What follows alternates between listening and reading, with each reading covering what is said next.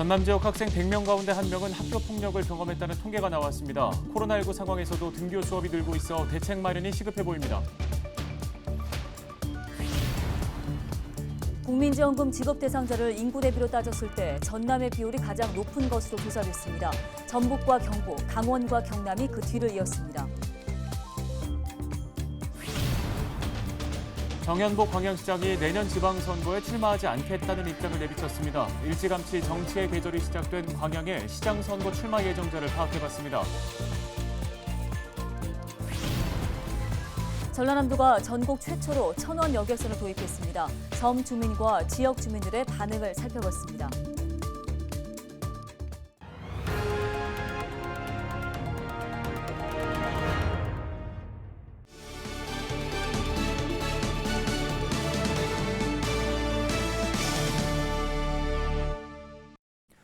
여러분 안녕하십니까? 헬로티비 뉴스입니다. 네, 목이 탈 때 찾게 되는 탄산음료 너무 벌컥벌컥 마시면 안 되겠습니다. 20대 중국 남성이 콜라 1.5리터를 10분 만에 마셨다가 장기에 가스가 가득 찬 채로 숨지는 사건이 있었습니다. 네, 이 청년은 콜라를 통째로 마신 뒤에 6시간이 지나 배가 부풀어 오르고 아파서 병원에 갔는데요. 장과 간 사이에 혈관에 가스가 찬 게 발견됐고 결국 간이 손상돼 치료 18시간 만에 사망했습니다. 네, 중국 의료진은 급하게 콜라를 마시는 바람에 가스가 장기에 쌓인 걸 사망 원인으로 분석했고요.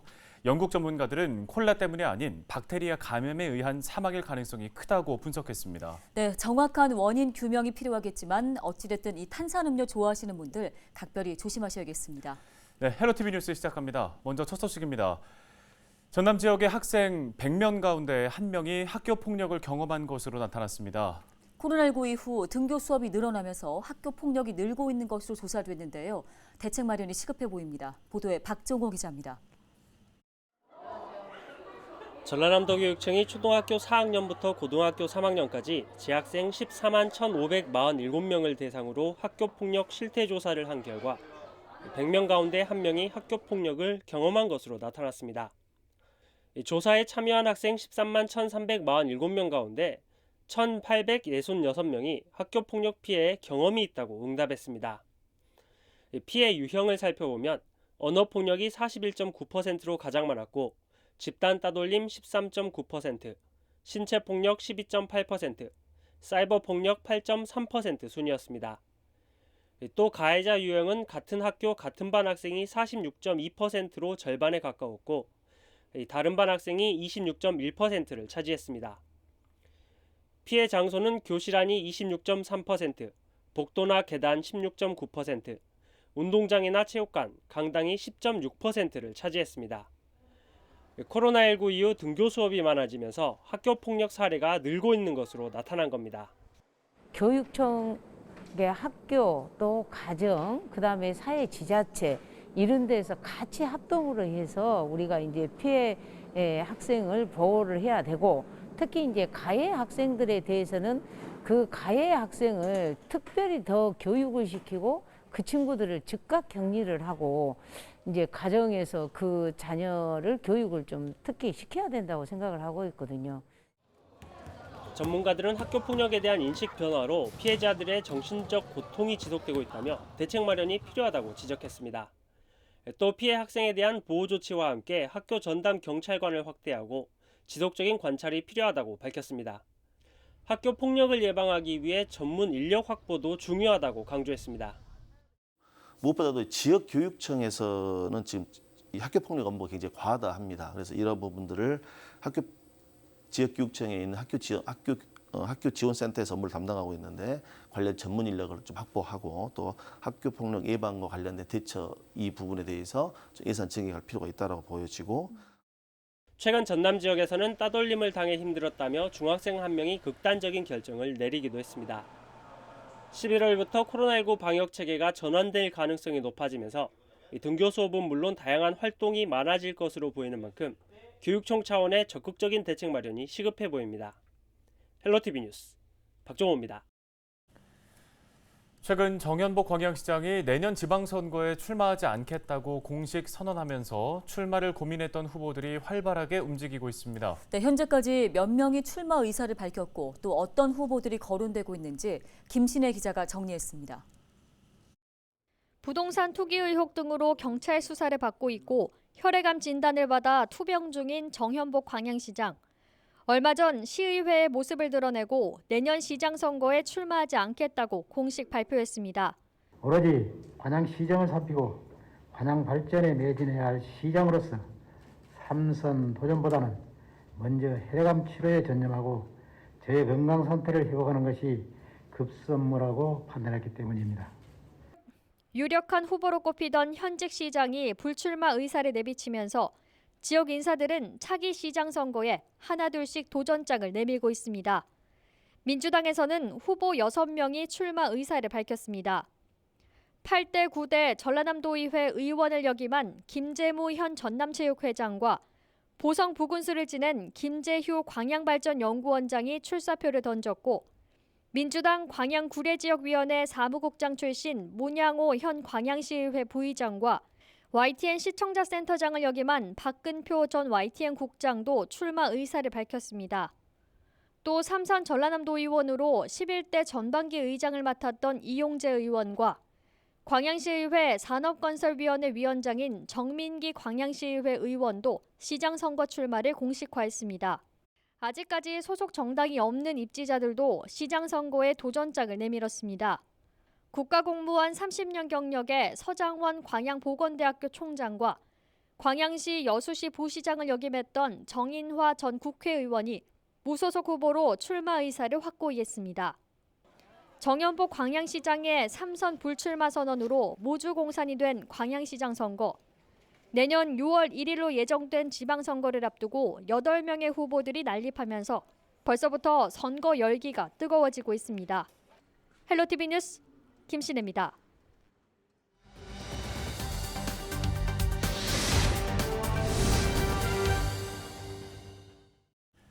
다음 소식입니다. 전라남도가 지난 8월부터 광역자치단체 최초로 도서민들에게 여객선 운임료를 지원해 왔는데요. 바로 천원 여객선입니다. 네, 시범 운영과 동시에 도서민들에게 큰 호응을 받아 이번 달 1일부터 모든 구간으로 확대됐습니다. 천원 여객선을 두고 도서민들과 이용객의 의견은 어떨지 여론은 지금을 통해 들어봤습니다. 송하영 기자입니다. 도서 지역 주민들의 원활한 교통 이용권을 보장하고자 시행된 천원 여객선.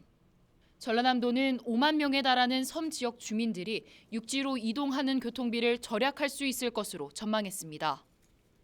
천원 여객선이 도입되고 난 뒤 섬 주민들의 생활에는 어떤 변화가 있었는지 이야기를 들어봤습니다. 아플 때나 뭐 할 때나 자주 나와가지고 치료도 받을 수 있고 왔다 갔다 하면서 1,000원에 그때 경비가 5,000원 할 때는 조금 부담이 좀 컸었지. 급하게 살 물건이라든가 생활 물자를 그래도 1,000원 아닐 때는 좀 거리를 두고 모았다가 해도 지금은 바로 쓰고 싶은 거 바로 나와서 그냥 사고 들어가도 2,000원이 왔다 갔다 하잖아요. 이처럼 주민들 대부분은 천원 여객선 도입으로 이전보다 부담이 없어 이동권이 넓어졌다고 말하고 있습니다.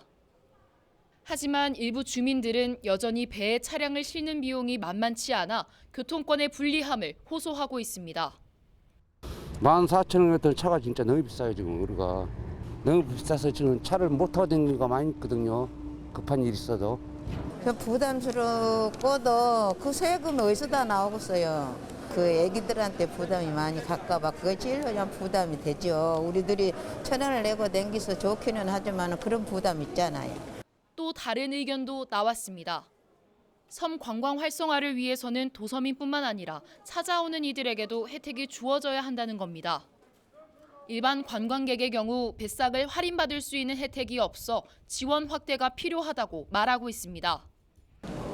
외지 관광 차원에서라도 여수시에서 조금 관광하신 분들한테 혜택을 줬으면 하는 게 같이 혜택을 공유했으면 좋겠다는 말.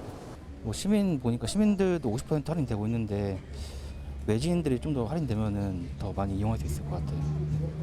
천원 여객선 도입으로 도서민들의 편리한 이동권은 보장됐지만 경제적인 여객선 운영과 관광객 유인책 마련이 함께 균형을 이뤄야 할 것으로 보입니다. 헬로티비 뉴스 송하영입니다.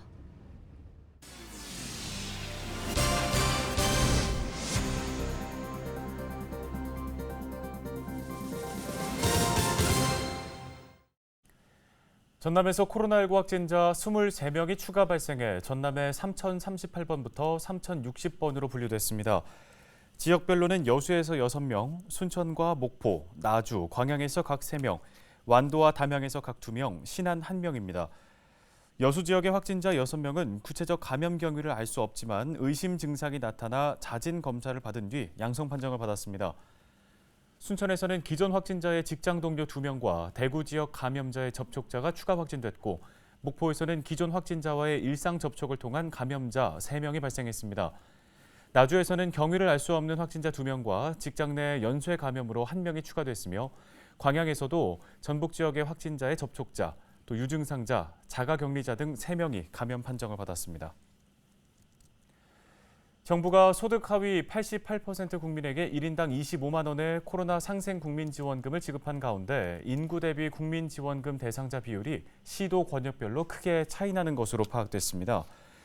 행정안전부 자료를 보면 8월 기준 국민 5,166만 7,900여 명 중 국민지원금 지급 대상자는 4,326만 500여 명으로 인구 대비 지급 인원은 83.73%입니다. 권역별로는 서울이 955만 200여 명 중 74.1%인 710만 5,800여 명이 국민지원금 지급 대상으로 선정돼 모든 권역 중 인구 대비 대상자 비율이 가장 낮았습니다. 특히 수도권과 광역시 대부분이 80% 수준이었는데요. 반면에 전남의 경우 인구 183만 8,300여 명 중 90.65%인 166만 6,400여 명이 대상자로 그 비율이 전국에서 가장 높았습니다. 이어 전북과 경북, 강원, 경남도 지급 비율이 90%대에 육박하는 등 도 단위의 지급 비율이 높았습니다. 국민지원금 지급 비율이 가장 높은 전남과 가장 낮은 서울의 격차는 16.24%포인트에 달했습니다. 공동주택의 층간소음 피해 신고 건수가 코로나19가 발생한 뒤부터 큰 폭으로 증가한 것으로 파악됐습니다.